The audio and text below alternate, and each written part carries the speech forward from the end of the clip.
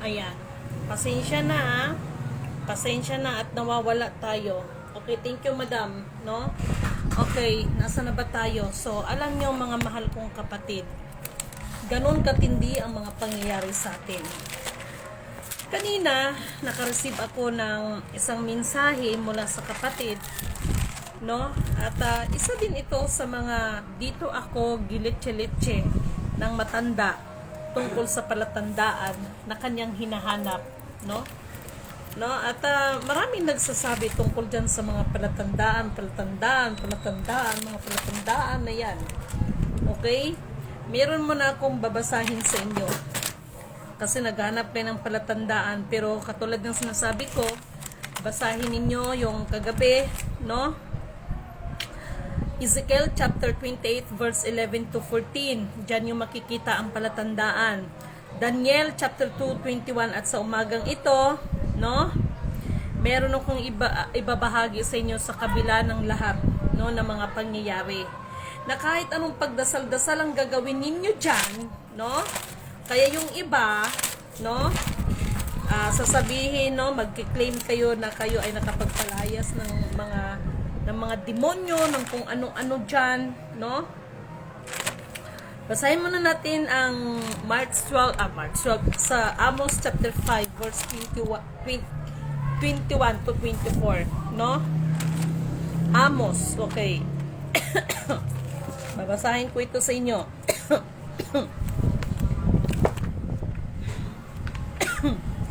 Pasensya na kayo ha. Sa Amos chapter 5 verse 21 to 24. Okay. Sinabi dito sa 21, namumuhi ako sa inyong mga handaan. Hindi ako nalulugod sa inyong mga banal na pagtitipon. Kahit yung mga pagtitipon na banal, yan pa kayong pagtitipon na rally-rally na yan. Hindi ko matatanggap ang inyong mga handog na sinusunog, handog ng mga pagkaing butil at mga hayop na pinataba. No? Kaya yung mga rally-rally niyo dyan, pakikinggan kaya ng Diyos yan. Ano ba ang nais ng Diyos pala? Kahit na ang yun ay handog ng pangkapayapaan. Take note ha, ito'y matatagpuan sa Amos chapter 5 verse 21. Kahit pa mahandog ng mga kapayapaan dyan, yung mga rally-rally ng prayer niyo dyan, ito na, kahit na mga iyon ay handog ng pangkapayapaan, hindi ko pa rin papansinin. Tigilan ninyo ang mga maingay na awitan. Ayoko nang marinig ang inyong mga alpa. Sa halip, no, ay padaluin ninyo ang katarungan. Gaya ng isang ilog, gayon din ang katwiran, tulad ng isang di natutuyong batis. Yun bang mga ginagawa ninyo dyan, no? Nakakalungkot kayo, no? Kasi ito yung sinasabi ko sa inyo no? Na yan bang mga ginagawa ay pareho bang nalulugod ang Diyos? Sabi ko nga sa inyo, itong mga iba nating kapatid ng mga religious group no? Namumuliti ka na rin itong mga to Di ba totoo naman? Yung iba pamumuliti ka na rin ginagawa nyo dyan, ibang mga religious group. Kunwari pa kayo handog ng kapayapaan, pag sure kayo dyan, tapos pagkatapos niyan, magki-claim kayo na kayo ang Ginoo ko kayo talaga. No? Okay, basahin natin sa Jeremiah chapter 22 verse 3. Para maano tayo ha? Nakakatulong ba? Nakakatulong ba yan? 679, 753. Okay. Dito sa Jeremiah Jeremiah chapter 22 verse 3. Nakasaad dito, makinig kayo. Chapter 22 verse 3. Pairalin ninyo ang katarungan. At katwiran, ipagtanggol ninyo ang mga napi laban sa mapagsamantala. No? Mga mahal kong kapatid, itong nangyari sa ating mahal na Pangulo, sa palagay ninyo, bagamat nandun, ako naniniwala ako na nandun naman yung good intention niya, pero ito ba'y sapat? Ito ba'y sapat? So, umiiral ba lahat ang katarungan para sa lahat ng yon? Maliwanag ha, ang nais ng Diyos ay may pairal ang katarungan, no? Katarungan yan ang nais ng Diyos. Itong mga nangyayari, umiiral pa kayang katarungan. Kaya kayong mga nakaupo sa kasalukuyan, na? Di ba nung nakaupo si Duterte, di ba ganun din, maraming mga, yan, sila Laila de Lima, yung iba pa. No, ano to, gantihan?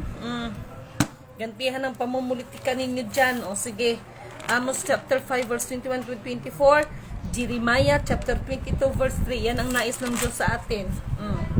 At ito pa, Ezekiel chapter 45 verse 9. Kayo talaga ha. Wag nyo kasing linlangin ang mga kapwa ninyo. Hindi lahat, actually hindi lahat na nagano about dyan sa Panginoon, pero wag ka, may mga sariling interest. Kayo talaga. Dito matatagpuan sa Ezekiel chapter 45 verse 9. Okay? 45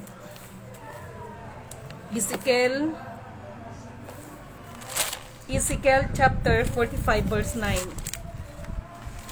Basahin natin ha sa 45 verse 9. Ano nakasa dito? Ito ang pinapasabi ng Panginoon. Mga pinuno ng Israel, tigilan na ninyo ang karahasan at pang-aapi sa aking bayan. Sa halip, pairalin ninyo ang katarungan at ang katwiran. Tigilan na ninyo ang pangkamkam sa lupain ng aking bayan. Ano yung pagkamkam ng aking bayan? Hindi lang ito hindi lang ito patungkol sa mga lupain. Kaya yung pati yung mga land grabber ngayon ng ating mga kapatid na mga katribuhan, kung ano mga ginagawa ninyo, no? Kayong mga nasa kasalukuyan na may mga, ewan ko ba kung may mga pera pa kayo, mga hinayup pa kayo. Malapit na ito, abangan ninyo ito, itong mga department store na ito, magbawala yung mga tauhan nila dyan. Bakit walang sahod? No? Paano nangyari walang sahod? Laki-laki ng kumpanya. Unbelievable para sa iba, but the truth is the truth and system is real. Walang magagawa ang tao pag ang Diyos na talaga ang kumilos. Abangan niyo yan. Paano nangyari na walang pangpasahod yan? Ha? Kung may pangpasahod man, ang tanong, mailabas kaya yung pera din sa bangko? Yan ang nais ng Diyos ha.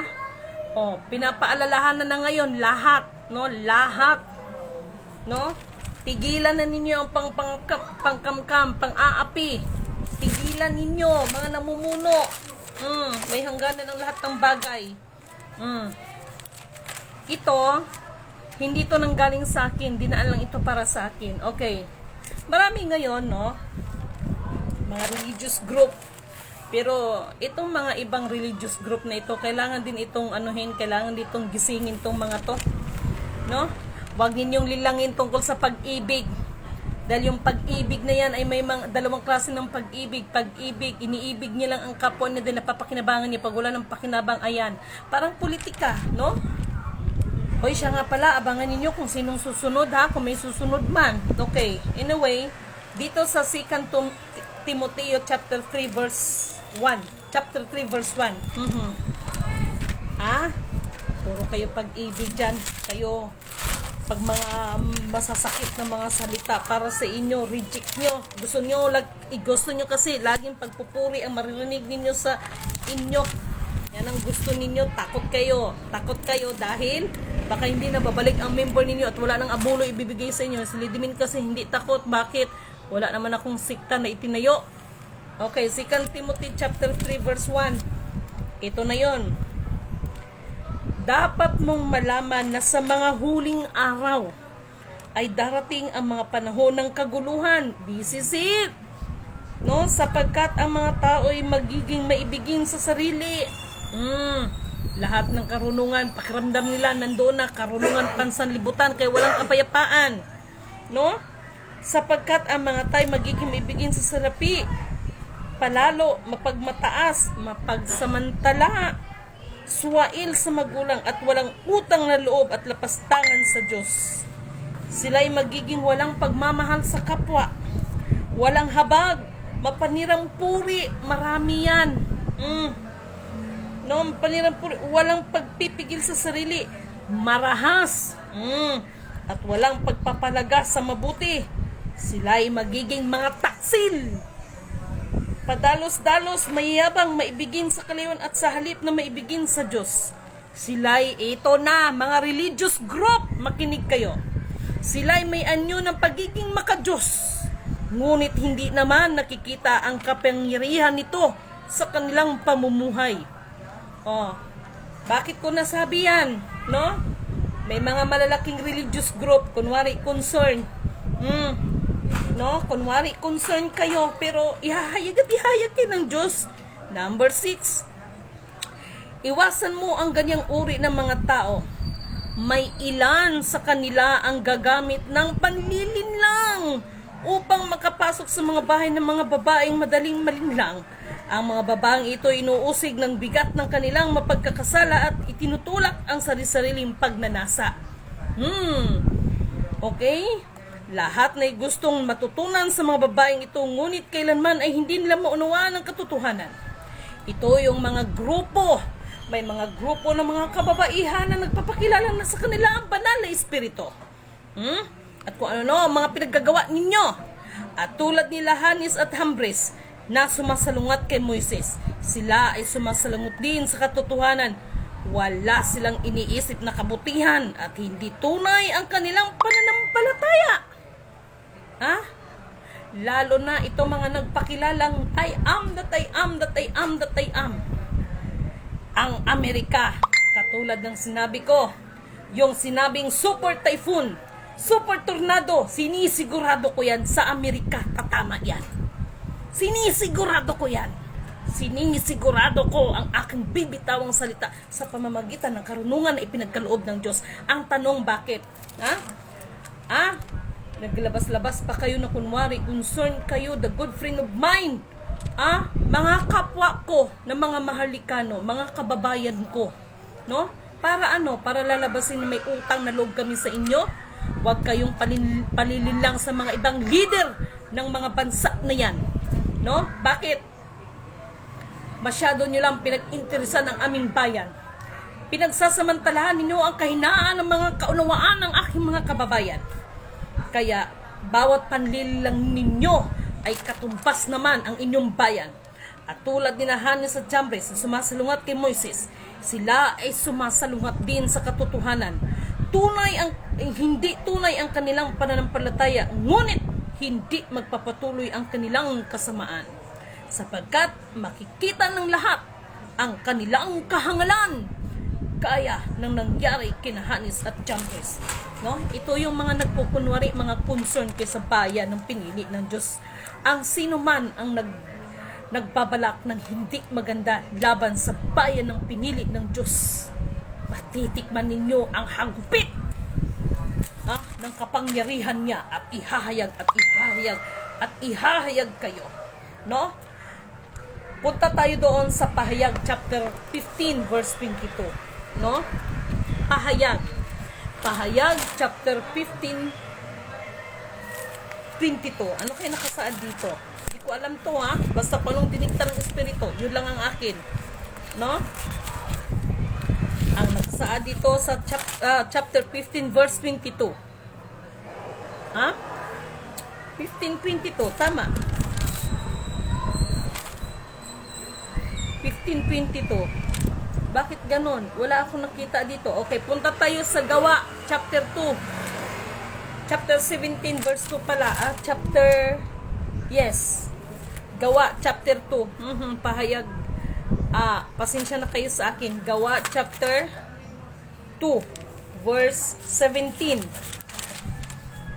Verse 17. Anong nakasaad dito? Makinig kayo. Ito ang gagawin ko. Ano ba ito nakalagay? Ito ang gagawin ko sa manghuling araw, sabi ng Diyos. Ibubuhos ko ang aking espiritu sa lahat ng tao. Ipapahayag ng inyong mga anak na lalaki at babae ang aking mensahe. Ang inyong mga kabataang lalaki ay makakakita ng mga pangitain at ang inyong matatandang lalaki ay magkaroon ng mga panaginip. Sa panahong iyon, ibubuhos ko rin ang aking espiritu sa aking mga alipin, maging lalaki at maging babae, at ipapahayag nila ang aking mensahe. Magpapakita ako ng mga kababalaghan sa langit at mga himala sa lupa. Dugo, apoy, ito na, nangyari na ito, no? Mga kapatid, ang sino mang tumawag sa pangalan ng Panginoon ay maliligtas.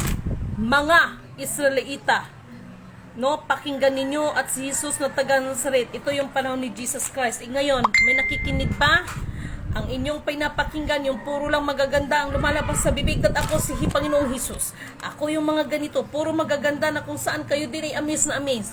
Pero pag oras na kayo ay tinamaan, kalalabanin ninyo, alalahanin ninyo ang pagparito ng Diyos ay hindi pag-ibig ang kanyang dala, kung hindi tabak. No? Saan tabak? Basahin ninyo sa Mateo or Malakias chapter 1 verse 11. No? Kasi kayo, ang gusto nilang marinig, puro papuri, puro magaganda. No? Pero pag ito na, kasi alam nyo, ang salita ng Diyos, tagos yan sa ating mga buto at espiritu. Basahin nyo nga dyan sa Malakias chapter 1 verse 11. Malakias, nagkukudigo pa ako dahil hindi ko alam kung saan ko matatagpuan ang Malakias na yan. Ayan. Okay? Basahin natin para magandang magiging ano natin. Last ano pala to? Last verse chapter sa Old Testament, Malakias chapter 1 verse 11. Makinig kayo, hindi yung gusto nilang puro magagandang marinig ninyo. Nakalagay dito, nakasaad dito. Okay? 11. Iginagalang ang aking pamalaan ng lahat ng mga bansa mula sa silangan hanggang kanluran. Nagsusunog sila ng insenso at nag-aalay ng malilinis na handog para sa akin. Ako'y pinaparangalan nilang lahat. Ngunit dinudungisan ninyo ang pangalan ko. Sabi ng Panginoon. Ngunit dinudungisan ninyo ang pangalan ko tuwing sinasabi ninyo na walang kabuluhan ang aking altar, at tuwing paghahandog kayo doon ng mga pagkaing walang halaga. No? Sinasabi ninyong nakakapagod na ang lahat ng ito at iniismiran pa ninyo ako. No? Ito nangyari ito dahil may mga kapatid nagtatanong, Lidimen, nakikinig ba talaga ang Diyos sa atin? No? Ano ko yan? At kung hindi naman nakaw o pilay, may sakit ang dala ninyong hayop na paghahandog sa akin. Okay, balik tayo doon. Malakias, yes. Alam ninyo, kapatid, nung pumunta ako doon sa Isabela, no? Nakita doon, nandun yung statwa ni Lola Isabel. Ang sabi ko nga sa mga kasamahan ko, mabuti pa ang ahas, mabuti pa yung ano doon, mabuti pa yung buaya. Nandun sa statwa ay ang agila, wala kang makikita doon. Pero isang image doon na pumukaw sa aking damdamin. Ano yon? Yung merong statwa doon, nandun yun sa paanan ni Lola Isabel, na yumuko siya at nandun ang mga butil yon ng bigas, yung parang palay. So sabi ng kasama ko, bakit may palay? Ang sabi ko sa kanya, sapagkat noong unang panahon ng ating mga ninuno, ang unang ani, ang ginagawa ng mga katutubo natin, ang mga kaninunuan natin, unang ani ng kanilang mga pananim, inihahandog nila ito sa Panginoon. Pero ngayon, may gumagawa pa kaya niyan? Di ba, mga mahal kong kapatid? Noong unang panahon ng ating mga kaninunuan, unang ani, lalo na sa kanilang palay, sa kanilang mga pananim, ay inihahandog nila yan sa Panginoon. Nag-ritual sila, nagpapasalamat sila. Pero ngayon, ano na ang nangyari? No? Wala na! Walay! O, ganyan. Siguro, yung pinakamaganda, ito ba nangyayari sa ating mga tuna? Sa tuna industry. 10 na lang yan, ha? Alam nyo ba yung tuna industry natin? Kasi ako nakapagtrabaho ako ng kaning. Alam nyo ba yung mga kinakain natin ngayon? Mga broken loins yan. Yung mga magaganda yun, yung ini-export, yun yung pinapadala sa ibang bansa. Yung mga tuna natin yan dito, mga broken loins lang yan. Mga reject kung tutuusin. Mga reject na yan, ang reject na yung pang-export. Mga reject yan, hindi pumasa sa QC, quality control. Kaya mga kinakain natin, puro yan mga reject. Na? Sa tuna industry, dahil nagkapagtrabaho ako ng kaning. Ngayon ito iniano ko lang, ito paalala lang ito sa atin. O di ba? Totoo naman. O. Ngayon, masisisi niyo ba ako? Ito, pinapalalahan ko lang kayo. Sinasabi, ito no, at kung hindi naman nakaw o pilay, may sakit ang dala ninyong hayop sa paghahandog sa akin. Akala ba ninyo'y tatanggapin ko yon? O. Napunta tayo dito sa mga paghahandog. Sumpain ang sinumang mandaraya sa paghahandog sa akin ng mga hayop na may kapintasan. Gayoy pinangako siyang malusog ng hayop mula sa kanyang kawan. Ako'y isang haring dakila at kinatatakutan sa lahat ng bansa. No? Itong mga nangyayari sa atin, no? Bakit dumating talaga tayo sa punto ng ganito? Kasi walang dapat magsisihan dito. Akala nyo ba mga simpleng mamamayan at kayong mga magrarally ngayon dyan ngayon, akala nyo ba wala kayong pananagutan? Huwag kayong mga feeling innocent. Bakit may mga pananagutan din kayo dahil yung panahon ng eleksyon, mga nagpabayad kayo, tumatanggap kayo ng suhol. Pinagpapalit ninyo ang inyong sagradong boto dahil sa salapi. O ano? Ang presidente lang ba ang ating sisihin dito? Gusto kong malaman ninyo. Gusto ko na magising kayo, na maging kayo na mga ordinaryong mamamayan. May pananagutan kayo sa lahat na nangyari sa ating kapaligiran. Nang dahil sa kasakiman ng pira, tumatanggap kayo ng mga suhol. Wala kayong pananagutan? Wala kayong pananagutan sa mga nangyari ngayon sa kapaligiran at lahat ay sinisisi niyo sa ating mahal na Pangulo? Kayo rin ay may pananagutan. Baka akala ninyo, magising kayo dyan. Huwag kayong mga feeling innocent at mga feeling victim. Masakit ang katotohanan, di ba? Napakasakit ang katotohanan. Punta tayo sa unang Samuel, chapter 17:45. Ito na naman, mangungudigo na naman si Lidimen.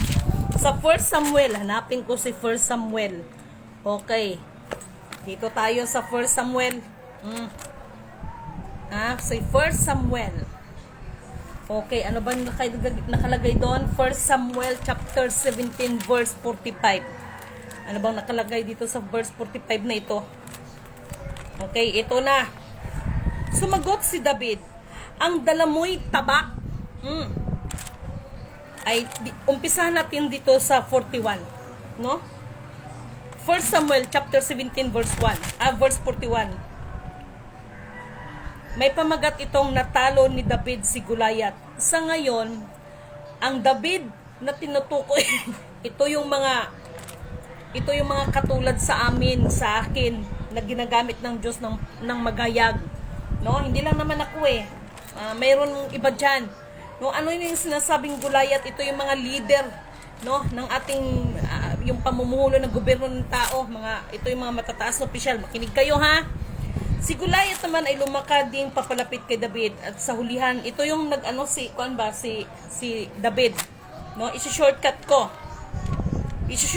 Dito sa 45. Sumagot si David, ang dala mo'y tabak, sibat at pantusok, ngunit lalabanan kita sa pangalan ni Yahweh.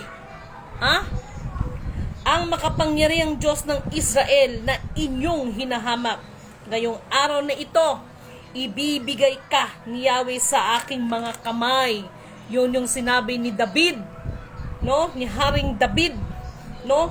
Kung paano kung sasabihin ko rin sa inyo yan, na yung mga kapalaluan ninyo, wala na kayong ang tao parito paroon. Ano ba talagang katotohanan? No? Nag-gets nyo ba ako, mga kapatid? Tapusin ko muna ito. Ngayong araw nito ibibigay ka ni Yahweh sa aking mga kamay. Pababagsakin kita at pupugutan ko ang ulo mo. Isa lang ibig sabihin yan. Kayong mga nagmamarunong dyan, dahil sa sobrang taas ng nyo, ito ha, sa ating kapamahalaan. Alam nyo ba sa lahat na nangyari ay may solusyon pa rin dyan? Alam nyo ba na may solusyon dyan? Kaya kanina nakatanggap ako ng isang mensahe at naramdaman ko na related ito dyan. No? Ngayon, naalala ko yun ng lait-lait sa akin, yung matanda. Na meron siyang binigkas. Ang dami niyo mong sinabi na hindi maganda. Ang sabi ko nga sa inyo, huwag kayong gumawa ng mga sarili niyong panukala dahil magbase tayo kung ano ang nakasaad sa banal na kasulatan. Mga palatandaan na hinahanap ninyo. Nalala ko yung matanda. Hindi ko nakita ang palatandaan ng inyong noo. Ano bang hinahanap mo sa noo ko? Yung malapad kong noo? So may mga pinag-aalam na pinagmamalaki. Yes, kapatid. Okay, so yun yan. Basahin ninyo dyan ha. Hingin ninyo ang karunungan sa Panginoon. Balik tayo sa Matthew chapter 5 verse 17. Alam nyo mga kapatid, wala akong alam nito. Promise, dinikta ito kaganina. Sabi ko, ano ba ang laman nito? 1917. Sabi ko sa inyo, hindi ako nag-aral ng Bible eh. Pero pag dumikta yan, ayan na. Mateo chapter 19 verse 17. Ano bang nakalagay dito? Nakasa dito sa 17. No? Ito ay may kinalaman sa ang binatang mayaman. Bakit tayo napunta dito? Ayan na, mahal kapatid Joseph Luzarita, maraming salamat. No?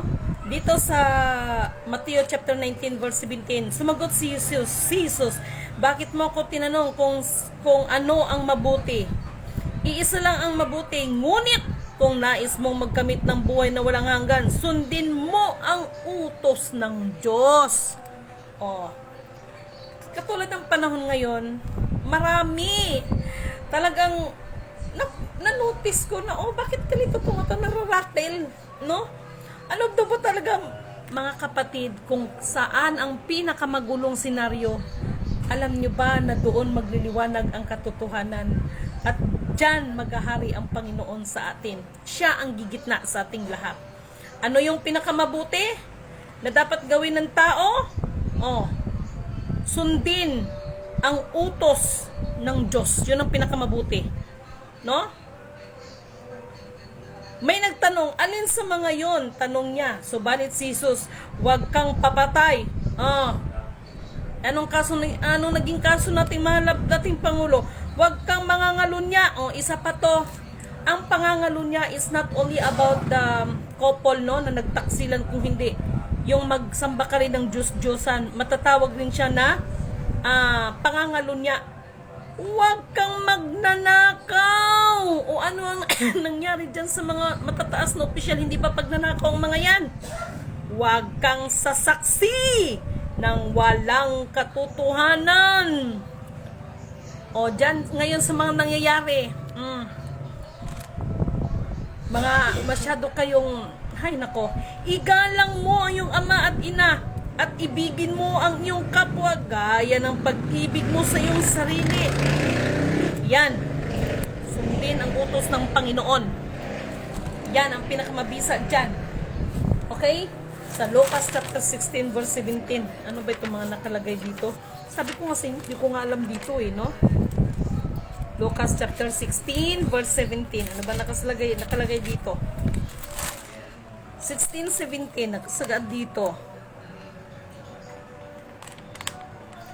Kinig kayo ha. Mas madali pang maglaho ang langit at ang lupa kaysa mawalan ng bisa ang kahit isang tuldok ng kautusan. Kaya kung ano ang nakasaad, ano ang nakasulat, siyang nakasulat. Katulad ng kay Lidibin Canuto, maliwanag ang instruksyon, ibigay ang nararapat sa lahat ng karapat-dapat, lalo na ang sumusunod sa kautusan ng Panginoon. No? Ipairal ang katarungan.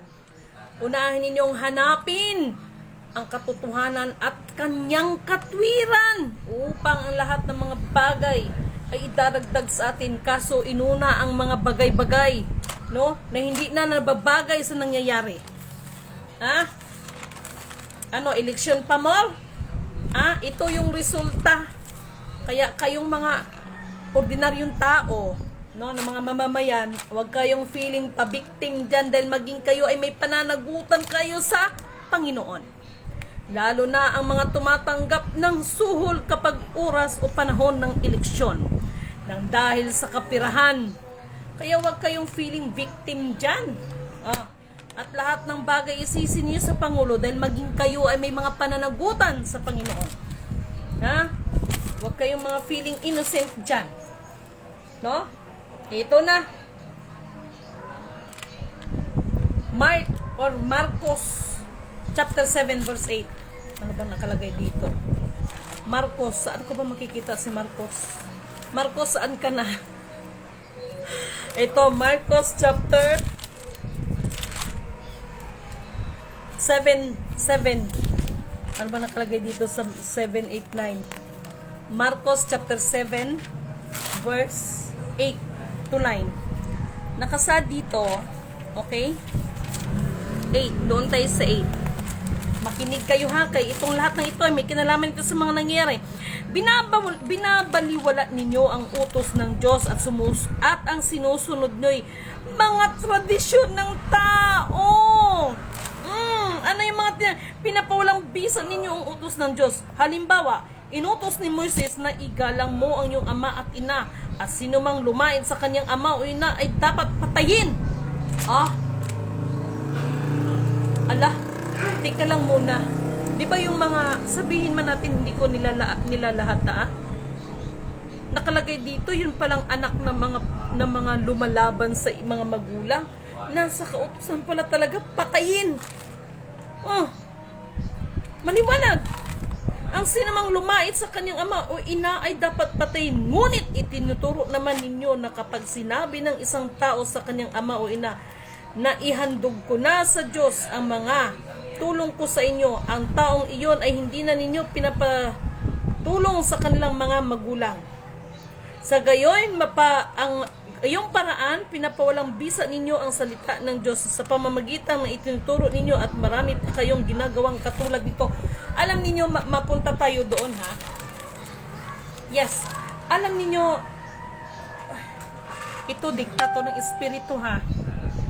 Bato-bato sa langit, ang matamaan, tama lang na kayo'y matamaan. Sorry ha. Ito may mga nanonood. May mga grupo na ito ay, sabi ko nga, na-appreciate ko naman yung sinasabi lang, humanity. Na-appreciate ko naman. Pero, hindi ito sa pakikialam sa inyo. Ito'y pagpapaalala. Tama ba na isa-isang kaya itong mga nangyayari na ito, hindi lang sa politika, maging sa individual natin, no? Mga tao, makinig kayo. Maging sa individual, no? Tama ba na, alimbawa, ang isang kapatid ay meron ng talagang asawa, kasal, no? At nakapasok sa inyong organisasyon bilang tribo, tama ba ang ginagawa ninyo na ipapakasal ninyo doon? Doon din sa loob ng organisasyon sa ibang babae? Dahil yan ay naaayon sa inyong batas, pero sa batas ng Diyos, sang-ayon pa kaya yan? Naaayon pa kaya yan? Dahil kayo'y sumusunod sa inyong mga tradisyon. Gumagawa kayo ng mga sariling panukala. O tingnan ninyo, sabi ko sa inyo, pag ang espiritu talaga pero ganun pa naman, related pa rin to sa lahat na nangyari. Hindi lang ito tungkol sa politika. Itong lahat na nangyari ngayon, ito yung resulta ng mga kalapastanganan, kahangalan ng mga ginagawa ng mga tao. Hindi lang ito tungkol sa politika, krisis ng politika. Generally, ito'y resulta ng pag-uugali ng mga tao. Almagansan, hindi Lidimin, alam ko yan kung saan banda. Yes, kapatid na Tess Fernandez Nadlang. No? So, napakaliwanag. Kasi, katulad yan, dating administrasyon at kasalukuyang administrasyon, yung sinabing pakikiapid ay hindi lang ito tungkol sa about sa sex, about sa relasyon ng mag-asawa. Ito rin ay may kaugnayan sa pakikipagrelasyon ng mga bagay-bagay na hindi nararapat.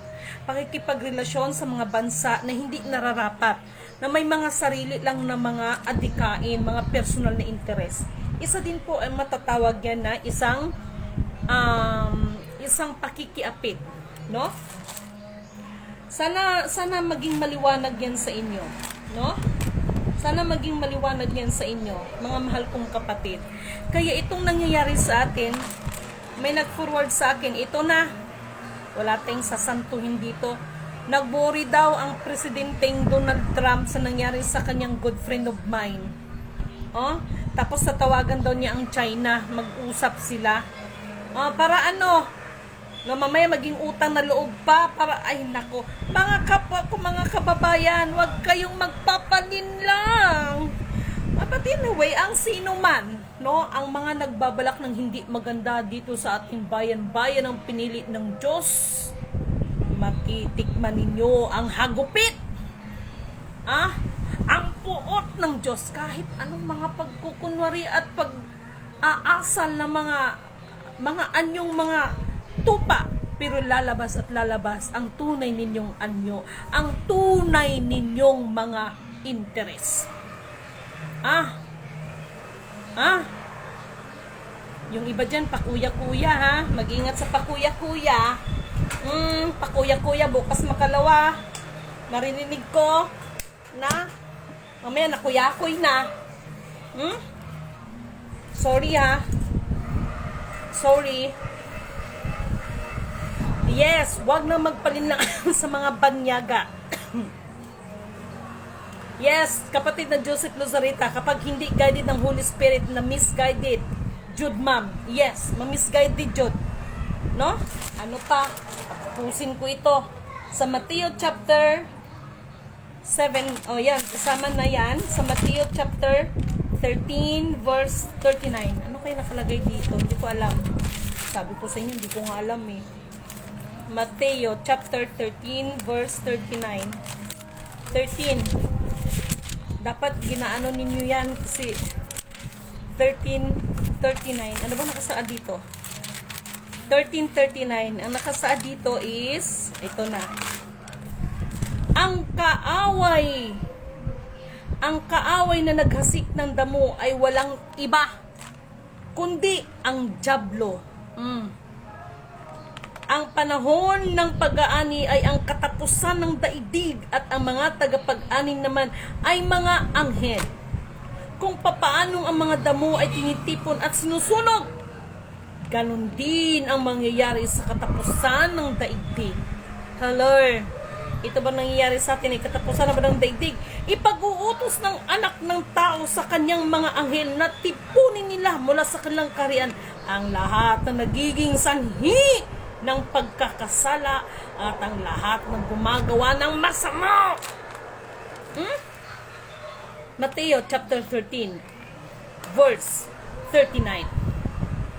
Kaya huwag ninyo akong pagsabihan na pag-ibig. Hindi uso kay Lidimin ang pag-ibig, lalo ng mga pag-ibig na puro pagkukunwari ninyo. Kunwari may malasakit kayo sa bayan, may hinayupa kayo, ha? Pero may mga sarili kayong interes. Kahit makarating sa Amerika. Listen, America. Be good to be true to us. Be good to be true. Maging kayo ay nalinlang kayo sa nagpakilalang siya si Jesus Christ. Tumigil. No? Alam ninyo, nakalagay sa propesiya na maghahari ay mula sa lipi ni Haring David, from the Lion of Judah. At kapag galing ka ng Lion of Judah, hindi ang iyong sarili ang itinataas, kung hindi ang nagsugo sa'yo, hindi bilang ikaw na sinugo. Yan ang totoong Lion from Lion of Judah. Ayan na. Nagbibigay hudyat na ang buto ng Kuya Emmanuel ko. Pero ako muna'y nag-apila sa Panginoon. Nagbibigay ng hudyat. Katigasan ng mga ulo ninyo. Mga katigasan ng ulo. chapter 13, verse 39. Napakaliwanag dito, di ba? Oh. Tatapusin ko. Kung paano ang mga damo ay tinipon at sinunog, ganun din ang mga mangyayari sa katapusan ng daigdig. Ipag-uutos ng anak ng tao sa kanyang mga anghel na tipunin nila mula sa kanyang kaharian ang lahat na magiging sanhi ng masama. Ihahagis nila ang mga ito sa lumalagablab na pugon, at doon ay mananangis sila at mangangalit ang kanilang mga ngipin. Hindi ninyo ba napansin? The day before na nangyari sa Los Angeles. Meron kasi tayo isang kapatid. Noong unang ganda naman ang usapan, no? Pero kalaunan, nung nakaupo na si Donald Trump, agoy, lumabas din. Siya na rin ang naghayag sa kanyang, ako si ganito. No? Tumigil ka. No?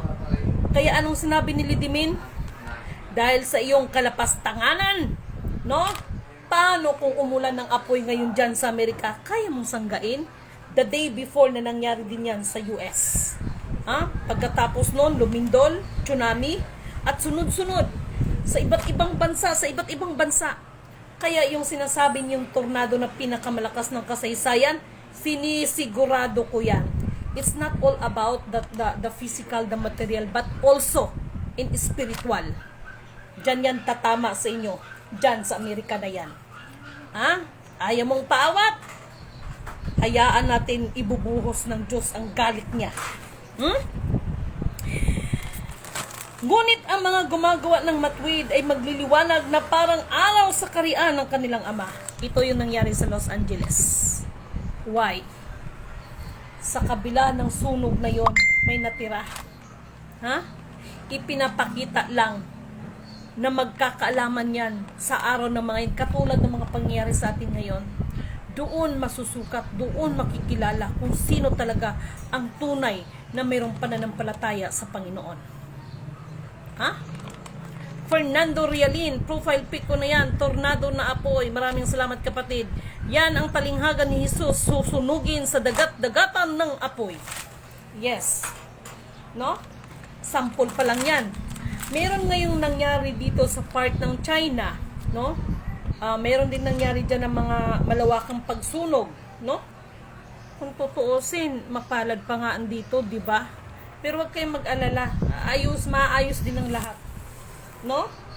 So, ano pa bang gusto niyo? Sa Juan chapter 10, John chapter 10, verse 26. Ito na. John chapter 10.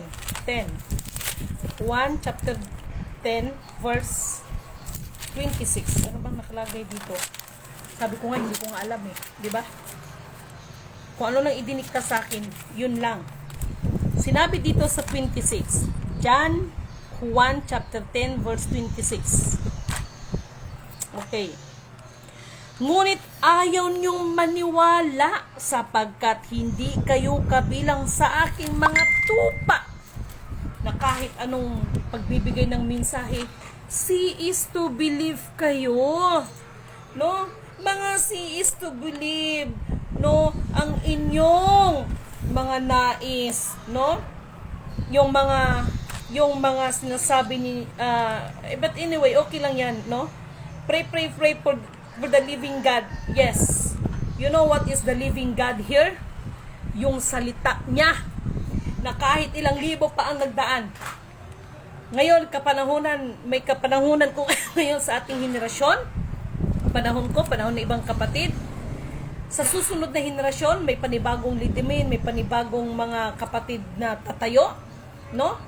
Ngunit ang salita ng Diyos ay mananatili at yun yung salita niya na buhay, the living God. Yung salita niya na makapangyarihan sa lahat. Mayroon nga ako nabasa, magunaw man ang buong mundo, pero ang salita, ang banal na salita ng Diyos, mula noon ngayon magpakailanman mananatili at mananatili yan. Yan ang the living God. Hindi yung bilang katawang lupa, no, na instrumento, hindi. Kaya sabi ko nga sa inyo, maging kayo, hoy, kanya-kanya tayong kaligtasan, Ako nagpaalala lang. Yan ang muto ng mga kamal men, to see is to believe. Pero sa mga may good spirit, manalig sa kanyang salita. Yes, puri na nagsugo, hindi ang mga sinugo. No? So, dito tayo sa Luke chapter 6, verse 46. Ito na. Tungkol ito sa mga nagrarally. Lucas chapter 6. Dito nga tayo kay Lucas. Nasaan ka na, Lucas? Chapter 6, verse 46. Sorry ha. 46. Saan ba dito? Okay. Ito na. Ito na ha. Bakit ninyo ako tinawag na Panginoon, Panginoon? Gayong hindi naman ninyo tinatupad ang sinasabi ko. Katulad ng pagkampi-kampihan. Yung mga religion dyan na mga pamumulitikan lang din naman ang sadya ninyo. Mag-sure mo din, ay, sabihin ko sa inyo kung ano ang katulad ng taong lumalapit sa akin. Nakikinig sa aking mga salita. Yan ang tunay na lumalapit sa kanya. At nagsasagawa ng mga ito. Siya ay katulad ng isang taong humukay ng malalim at nagtayo ng bahay sa pundasyong bato. Nang bumaha at bumugso ang tubig, hindi matinag ang bahay na itinayo. Anong ibig sabihin dito? No? Maraming tumatawag ng Panginoon, Panginoon, ngayon nga lang na sasabihin na may civil war. Ang iba natataranta na. Yung pandemic, abay marami din nag-ano na. No? Marami din doon ang parang, ano ba, may Diyos ba, nakikinig ba? Pero wag ka ha. Sa isang linggo, ilang beses yan sila pumunta ng simbahan. Ilang beses yan sila pumapasok ng kanilang mga simbahan. Pero wag ka, pandemic lang yun. Ngayon, ito lang nangyari ngayon sa atin. Naratel na kayo. Pag-sure mo din na. Okay. 46, di ba? 49. Ngunit ang nakinig naman sa aking mga salita at ngunit ang nakikinig naman ng aking mga salita at hindi tumutupad nito ay katulad ng isang taong nagtayo ng bahay ng walang pundasyon. No? Alam niyo, katulad niyan, kahit nakakarinig na kayo, hindi naman to galing sa akin, galing naman ito sa kanya.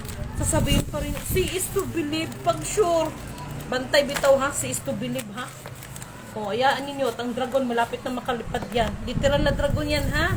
Kasi kagabi tumawag sa akin yan. Sabi niya, Lidimin, samahan mo ko. Akyat tayo ng bundok. Ay, didiniritso ko na. Ha? Ikaw ba? Kung sa bagay, trabaho mo yan di ba? Hindi ko mapipigilan yan. Yan ang nakapropesiya sa'yo Tapos, alam mo, ito lang no?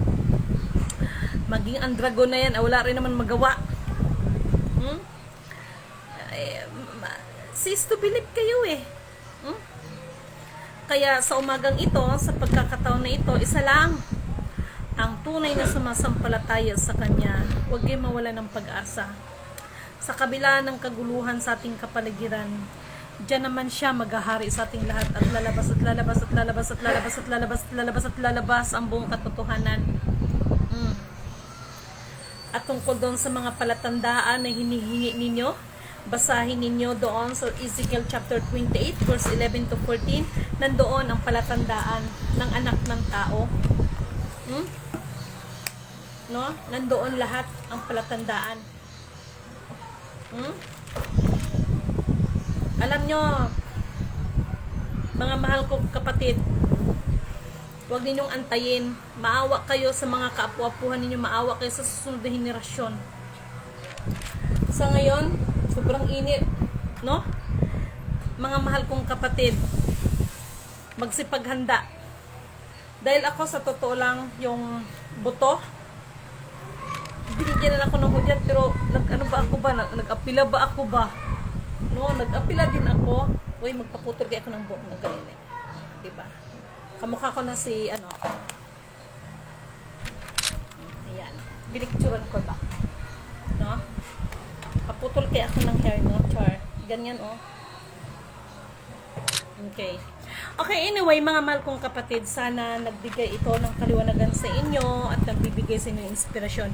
Hindi po yan para pangkutyain ko kayo dyan at huhusgahan. Dahil lahat ng narinig nyo ngayon ay ayon, no? Total, gumagamit din naman kayo ng Biblia. Nakaayon din na nakasulat dito at walang dagdag, walang labis, walang kulang. No? Iinit pa yan, itutudo niya para hindi makapasok yung virus. Yes, may purpose, no? Speaking of virus, ay, nandyan yan, no? Ano yan eh, mga nakapropesiya kasi yan. Pero ang lahat ng yan ay may solusyon. Alam nyo ba? Kay Pangulong Duterte, dati nating Pangulong Duterte, sa kabila ng lahat ay mayroong pag-asa, no? Pero katulad ng sinasabi ko, hindi ko sa binibigyan ko kayo ng hope, no? Pero naniniwala ako na sa pamamagitan yan, mas may magandang plano ang Diyos para sa ating lahat, no? Hinayaan niya, pinayagan niya ang mga bagay-bagay upang mamulat tayong lahat. Na ang tao, ano man ang kalakasan ng isang tao, marami man siyang hukbo, matalino man siya, mabagsik man siya, pero kapag ang Panginoon na ang kikilos, ay walang magagawa ang tao. At pinakasolusyon dito ay dibdiban ang pagpanumbalik natin sa Panginoon. Pag sinabing tayong manumbalik, namumuhi tayo sa mga bagay na dating ginagawa ng tao, mga kasinungalingan, mga kalapastanganan, no, yung mga pagsasaksi ng hindi naman nasaksihan, nagpapasuhol ng pera, no? Ang nais lang ay maging tanyag sa mundong ibabaw nito, no? So ganun yun mga mahal kong kapatid. Mulit sa muli, dalangin nilidimin ang lahat ng sumasampalataya, tunay na nampalataya sa Kanya, at lahat ng tumulong sa misyon, no, ay anuman ang inyong mga pamumuhay dyan, sa kabila ng krisis, anuman ang inyong mga hanap buhay dyan, anuman ang inyong, huwag kayong mag-alala, hindi ako naghihingi ng ikapo, yung mga nagbabakat, yun, may pagpunta ko ng Isabela, akala nyo nakaambag kayo, hindi nga nagsasabi yung nakaambag kayo pa. Huwag kayong mga ipokrito, kayo rin ang naghahayag sa inyong mga sarili. What is, no? But anyway, marami pang kahayagan na mangyayari. Ay, ganun pa man, purihin ang nagsugo, hindi ang mga sinugo. Please share this video para kahit papaano ay maabot natin ng magandang balita ang ating mga kapatiran. May nagtanong sa akin, Lidimin, malaki na siguro ang sahod mo kay Meta. Sabi ko, bakit? Kasi maraming nanonood sa'yo, maraming kang followers, may shares. Sabi ko, alam ko man yan, pero napansin niyo hindi ako nagpa-registered. Dahil, sorry sa iba ha, pero sa akin lang ito. In my part lang ito. Hindi kasi ang purpose ko na, alam nyo na, bagamat may mga pangailangan din ako, hinahayaan ko na ang Diyos ng kaliwanagan ang siyang gagamit ng mga tao para sa misyon, no? Hindi ako nagbabahagi ng salita nito upang manghingi sa inyo ng abuloy, hindi po, no? Hinahayaan ko ang Panginoon, no, na siyang kikilos, no? Gagamitin niya ang bawat isa sa inyo para may pagpatuloy yung ating misyon. At uulitin ko, ay Lidimin Cano to declare, wala pong release. Marami na naman magagalit sa akin dito. Wala pong release. Pero subalit datapwat, ang maibahagi ko sa inyong release, unahin ninyong hanapin ang buong katotohanan at ang katwiran ng Diyos upang ang lahat ng bagay ay idaragdag sa atin. Yan ang tunay na release. Tandaan ninyo, na sa panahon ngayon, walang ibang pinakakayamanan ngayon kundi ang karunungan na nagmumula sa karian sa Diyos Amang makapangyarihan sa lahat. Dahil ang karunungan na yan ay higit pa sa 10 hari na magagawa, higit pa sa salapi na magagawa, at higit sa lahat, ito'y magliligtas sa atin ng ating mga kapahamakan. Yan ang tunay na kayamanan na dapat ay sumasa atin sa bawat isa sa atin. Makinig kayo. Dahil yung mga sinasabi ko, hindi yan para sa akin, para sa ating lahat yan. Pag-sure kayo dyan. Yes, amen. Iba ang Diyos kung siya ikikilos sa ating kaunlaran. Yes. No? So far, kung ako lang, sabi ko nga, I want to go back in Mindanao kasi okay naman kami doon ng asawa ko, kahit pa paano, no? Na-miss ko nga yung, nakita nyo ba yung magpunta kami ng bukid, mag-harvest ng saging, tapos laga-laga. Na-miss ko na yung mga manok ko. Namiss ko na yung mga pusa ko. Oh, mabuti pa nga yung mga alaga ko, mga hayop na miss ko. Yung kapitbahay ko, hindi ko na-miss. Alam niyo kung bakit? May mga kapitbahay din akong marites. Oh, mabuti pa nga yung mga hayop. Na-miss ko talaga yung mga alaga ko. Kumusta na kaya sila? No, yung iba daw ninanakaw. O sige, nakawin nyo. Eh, kung nakatulong sa inyo, eh, gawin yung ulam. No? Na-miss ko yung mga pusa ko. No, nakakamiss at nakakamiss yung mga lugar, no, na ito yung tunay na gi-create ng Panginoon, yung mga natural na mga resources. Na-miss ko yung maligo doon sa Ulaer, yung mga tipong ganun, kasi yun yung ay biyaya ng Diyos na inihanda niya para sa mga tao.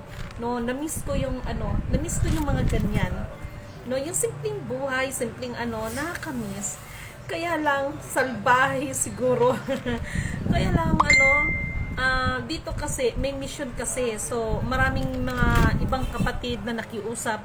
Ngayon nga, tumatawag na nga no? So, sabi ko, Ama, please naman, mahabag ka, maawa ka sa amin, no? Nakakaiyak na lang.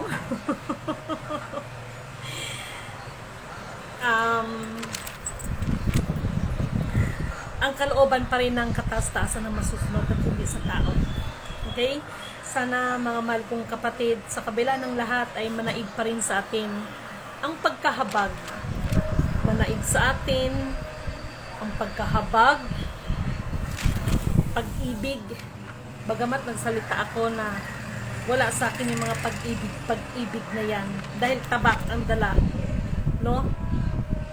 Ng lingkod ng Panginoon. Hindi pagkukunwaring dahil ang tunay na pag-ibig ay pagtutuwid.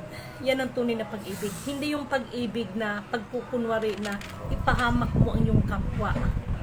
Okay? So, maraming salamat sa inyo at ipanalangin ang bawat isa, no? Ang mga nanghihina ay palakasin natin sa pamamagitan ng mabuting balita ng ating Diyos na kahit pa siguro paindap-indap ang liwanag, ay nandoon pa rin yung pag-asa, no, na makita natin ang tunay na liwanag sa bawat isa sa atin. Mulit sa muli, isang mapagpalang magandang umaga po sa ating lahat.